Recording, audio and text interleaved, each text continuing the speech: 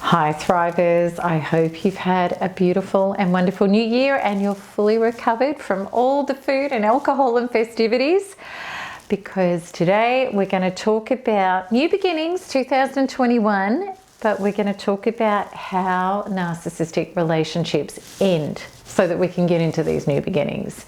How it is excruciatingly painful. This is not like a normal relationship breakup. As well as how you can take your power back to heal, end things on your terms, or recover from the toxic relationship that you've left behind so that you can be free to start your new life. And it's so important, the moving forward aspect that we're going to talk about, because with Thriver TV here, we talk about so much more than just the information. I also grant you the true healing solutions. Okay, so in our talking points today, we're going to be covering how narcissistic relationships ends, why you need to be the one that ends it, and we're going to really look at that, and how to survive and then thrive after the end, because that's what we all want. All right, so let's get going about this. How do narcissistic relationships end? How do they end? Normal relationships, okay, sometimes it's messy and it's nasty and it's not great. But with narcissistic relationships, often there's not a clear definition of how it ends. And often they end and they start up again. The reason for that is because an epitome of narcissistic relationships is a cycle of violence. Okay, so narcissistic relationships in this cycle of violence, they're having endings and beginnings all the time until the final end, but it's important to understand this. Because what is happening in a cycle of violence is the narcissist is abusive, and of course it doesn't have to be physically, it can be emotionally, mentally. You have a separation period where either they devalue and discard you, or you say, I've had enough of the abuse, you try to pull away, and then you may, because of aftershock and you're just not dealing with the shock and the horror in the end, you may go back, try to fix things, hand away more of your rights and your boundaries to reconnect, or the narcissist could come and hoover you in, you know, false apologies and I'll do it differently, or hook you in by accusing you of something. Then you get back together and you think that you might have had some resolution, or maybe even hope that things are going to be different. Then tension builds and the abusive cycle happens again. And this often speeds up.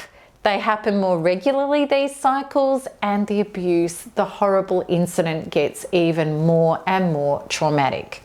So that's what epitomizes narcissistic relationships. But then what will eventually happen is that you are so broken down that there's nothing left to gain from you, or maybe you've become a liability because you're so sick or deranged, or, you know, we get sick by being around sick people, or the narcissist is teed up more narcissistic supply, you know, fresher pastures which he or she can move on to, or you eventually stay away and go through the process of detaching, detoxing and moving on, which is very important, but I'm going to get to that.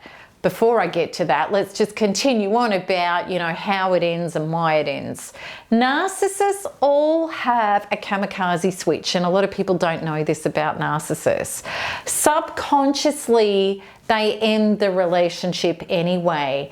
And the reason for that is because a relationship with a narcissist is based on narcissistic supply for them. They don't want love, union, tenderness, peace, harmony and growth together. They're not after that. In fact, that's just such an insult to the false self, to the ego, because it makes them human and like everybody else. They want to be superior. They want to be more. They want to be the center of the universe. The ego is all important. So what they want is to be able to emotionally be the center of your universe for good or bad. So it's like they're either just so wonderful or you are so traumatized and distressed that that gives them incredible A-grade significance, because I must be so important to be able to affect you like that. So that's what your relationship is about. But what happens is, because the relationship for them is based on a false self, which is the ego, it's actually a false relationship. It's not about a true relationship. And because they just don't have the capacity, that's not how they're wired. So if the ego is getting enough of a feed, then the relationship can continue, but it gets rockier and it gets worse, because you start not appeasing the false self in the way that they want you to. It's impossible. Think of a false self, an ego. It's never happy. You're damned if you do, you're damned if you don't. Why is it never happy? Have you ever asked yourself that question? Why can I never make a narcissist happy? If you've ever asked yourself that question, I want you to tell me in the comments below, because I really think you have. I'm going to give you the reason why you can't ever make a narcissist happy is because there's nobody in there that has the ability to be happy, to be durably appeased. The ego is like, I always want or need something else other than what I'm getting to try to offset the way I'm feeling. So what happens is the blow-ups and the cracks are going to get worse and worse and worse until finally you're discarded, or you finally drag yourself out of there bleeding, shaking, trembling, because you've been so abused that you know that you need to do this to save your sanity, your soul, and your life. So, and look, I know, I remember when I did that with narcissist number one, it was horrible, because it's so much of the feeling of, you're going to kill me if I stay with you, but even when I leave you, this is killing me as well. It's a really hard place to be in, and I understand it intimately, I really do. But this is what I really want to help you understand, which is my next point. You need to end it. And it's actually not going to end until you end it, even if you get discarded, even if the narcissist gets with new supply. And I'm going to explain why. Even if you never see the narcissist again, it's not going to end until you make the decision of you ending it. Pema Chodron, and I've shared this many times in the community, her quote that is my most favorite quote of all time with narcissistic abuse. And it goes like this. This is what she said. Nothing ever goes away until it has taught us what we need to know. Now, even if just energetically the narcissist lives on within you, it's not finished. And this is what so many people go through. Even 20 years later, it's not finished, because the narcissist is still living on within you. Why? Let's go back to what Pema Chodron said. She said, you know, nothing ever goes away until it's taught us what we need to know. What has it taught us what we need to know? The narcissist has shown us that we need to wake up and realize that we're trauma bonded, and until you heal those parts of you that are already in trauma and broken, and those unhealed parts, until you heal them, you are going to be trauma bonded.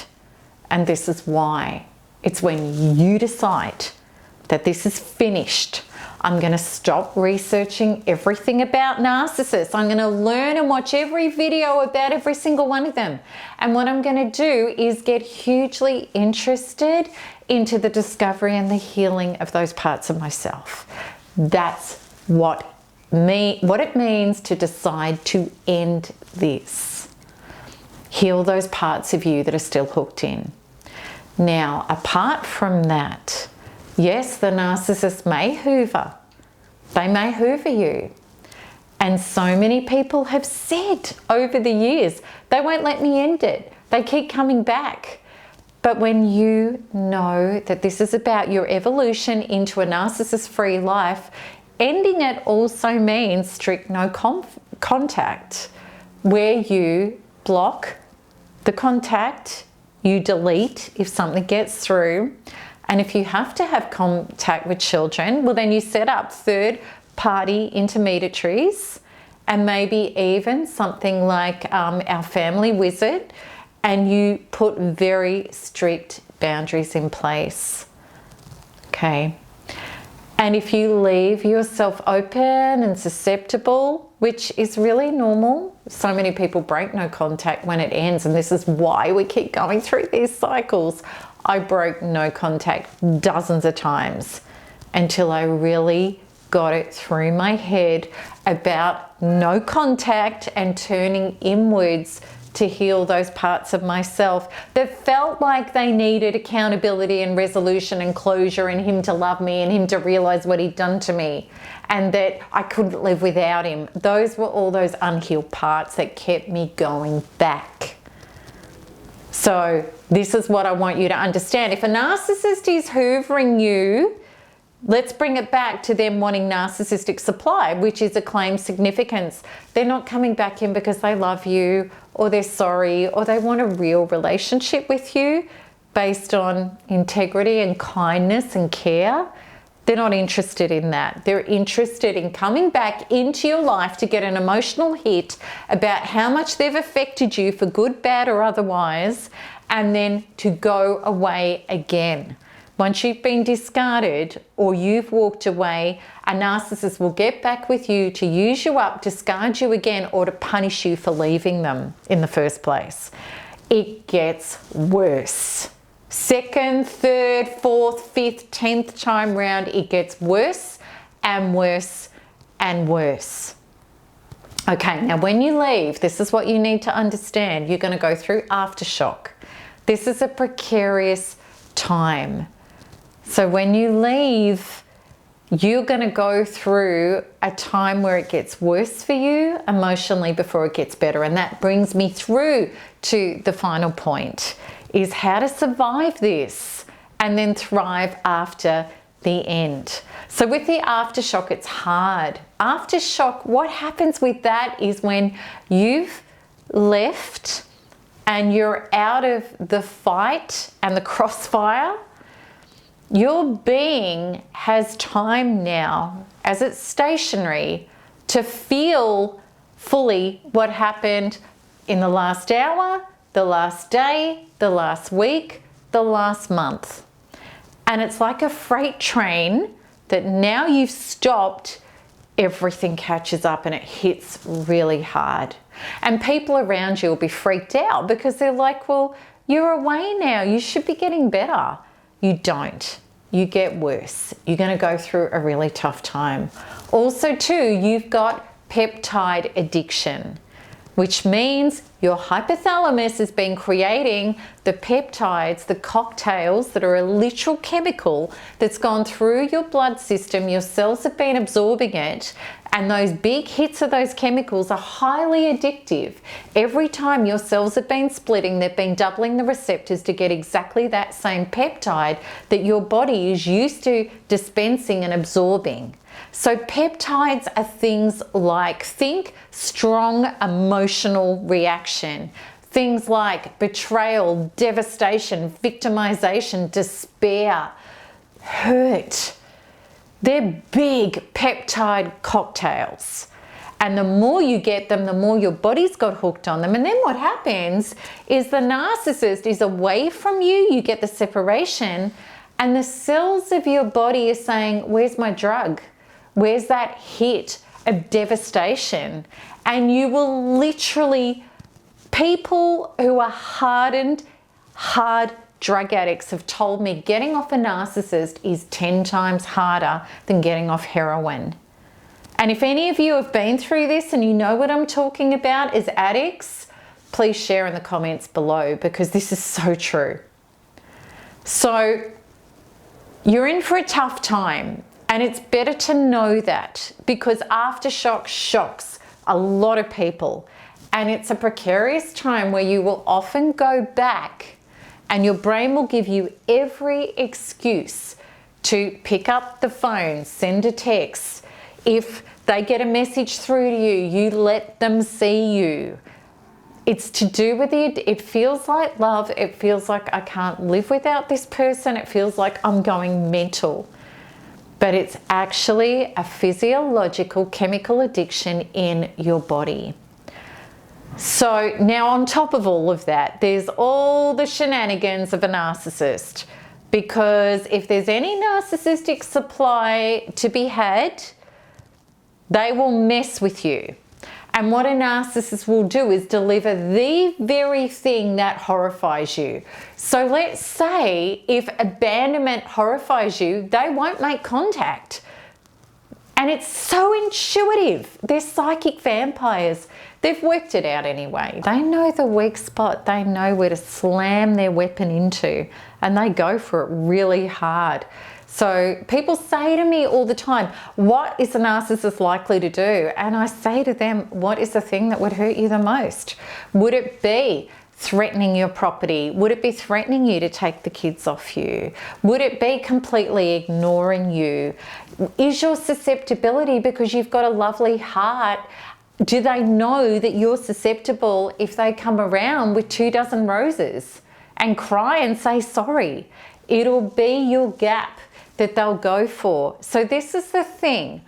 There's the shenanigans of the narcissist and everything they can try to put you through. It might be getting on social media and posting about their new lover that is going to freak you out and bring you back in and make you hand over attention. They know. And they will do the thing that they know will get rid of you for good. They won't let you see that, even though they could be doing it. They're very, very clever. They're after your attention, your energy, your despair, or your undying love and attention. So what you need to do, and these are the things that are hurting and driving you crazy and think you're going mental and you want accountability and you want resolution on. So how do we get through all of that? What you do is you turn inside to heal the triggers that come up, those urges, those neediness feelings, all of it. Keep up-leveling, keep healing. And what you'll find, it's like you're riding the waves. You feel like you're going under the wave and you're drowning, and then you pop back up again. Then you go under and you pop back up again. But each time you pop back up, you've up-leveled into a stronger, more solid, more detached sense of self. Because there's two ways that you can do this. You can be going through this, the white knuckling, peptide addicted, aftershock way, or you can ride the waves and grow through this. And understand with narcissists, once you've pulled away and you want out, the narcissist traditionally will want to diminish you to nothing, if not literally destroy you. Because they need to make you out to be the broken, bad one, and they need to completely rip you down and say, look, you know, this person was so wrong in my life. It makes them look like the better one, and it feeds their ego. Once you're of no use to them or you've pulled away, they feel like they want to destroy you. So be very aware of that. Now, the thing is, pain is inevitable. All of this is going to hurt. It's going to be a shock. It's terrible. But the suffering is optional, because you can heal the parts of you that they are trying to attack and they are trying to feed off and get significance and narcissistic supply, as well as all of those addicted feelings of feeling hooked in. So, you know, the ending, I used to read tarot years ago, and I remember the death card. You know, the death card is about you get dragged through the mud and it feels like decay and you're dying and it takes forever.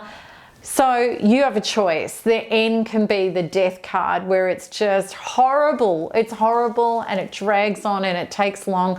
Or it can be a quick, energetic severing.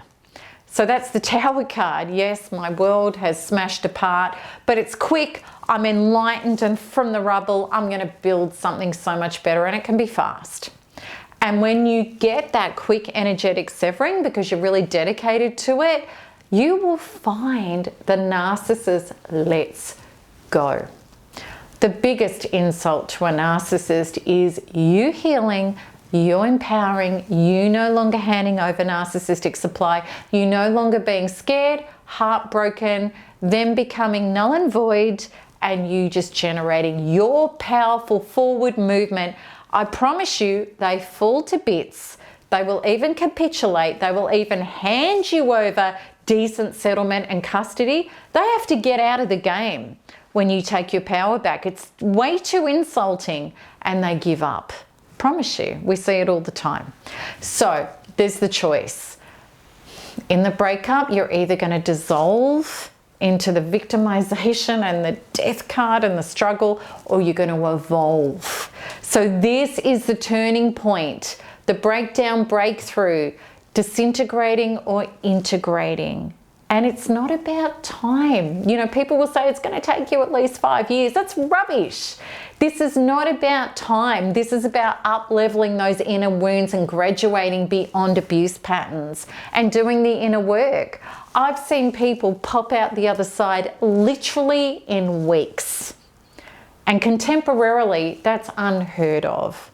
So, you know, look, absolutely there are going to be some of you that you know you need to leave because things are getting so bad and you just can't keep hanging on and going through these cycles.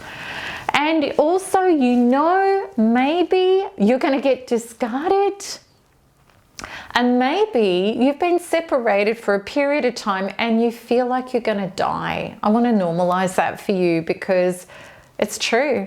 I went through it. And when I went through narcissist number 1, I thought I was going to die. With narcissist number 2, I had access to the deep inner processes that I'm going to share with you.